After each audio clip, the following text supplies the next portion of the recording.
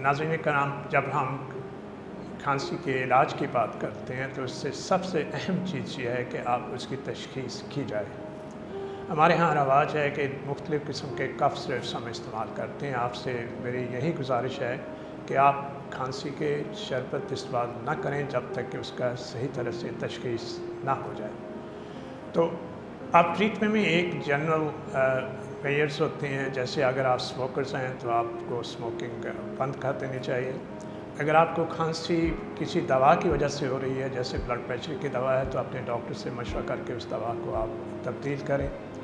अगर आप को खांसी, कुछ ओबीस लोगों में खांसी होती है कि आप उसमें वज़न कम करें तो आपकी खांसी भी बेहतर हो सकती है।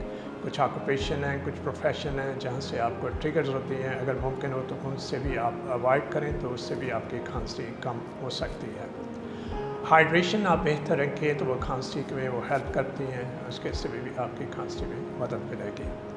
अब हम आते हैं जो ख़ास स्पेसिफिक काजेज़ होते हैं जो कि कॉमन काजेज़ हैं दुनिया भर में। तो 3-4 चीज़ें हैं जिनकी वजह से अक्सर खांसी जो हुआ करती है। सबसे पहले तो ये कि एस्मा और COPD है, 20% के पास उनके होती है। फिर एलर्जिक राइनाइटिस है जिसे हम गले में नज़ला गिरना भी कहते हैं, ट्रिगर्स होते हैं। 10-20% लोगों में खांसी उसकी वजह से होती है। फिर एसिड रिफ्लेक्स है, जब आपके स्टमक का तेज़ाबियत ऊपर चली जाती है, अनदर 10-20% उनमें खांसी भी उस वजह से भी खांसी होती है। दवाइयाँ जिसका मैंने पहले ज़िक्र किया खांसी उसकी वजह से भी हो सकती है।